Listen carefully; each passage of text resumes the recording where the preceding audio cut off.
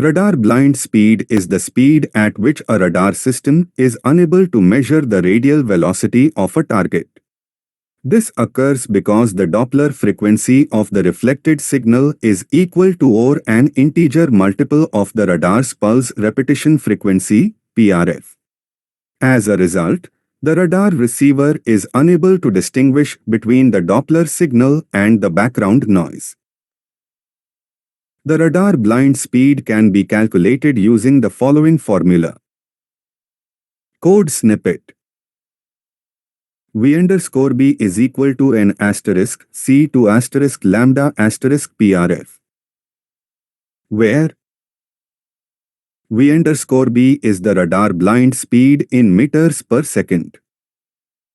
N is an integer. C is the speed of light, 299,792,458 meters per second. Lambda is the radar wavelength in meters. PRF is the radar's pulse repetition frequency in hertz.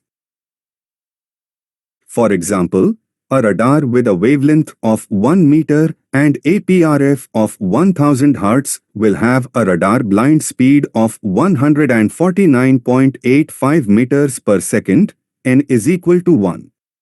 This means that a target moving at 149.85 meters per second or 334.92 miles per hour will not be detected by the radar.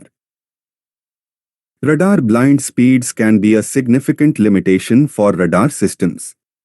However, there are a number of techniques that can be used to mitigate the effects of radar blind speeds, such as using multiple radars with different PRFs or using pulse compression techniques. Here are some additional details about radar blind speeds. Radar blind speeds are typically only a problem for targets that are moving at a relatively high speed. For targets that are moving slowly, the Doppler frequency will be significantly different from the PRF and the radar will be able to measure the target's velocity. Radar blind speeds can also be a problem for targets that are very close to the radar.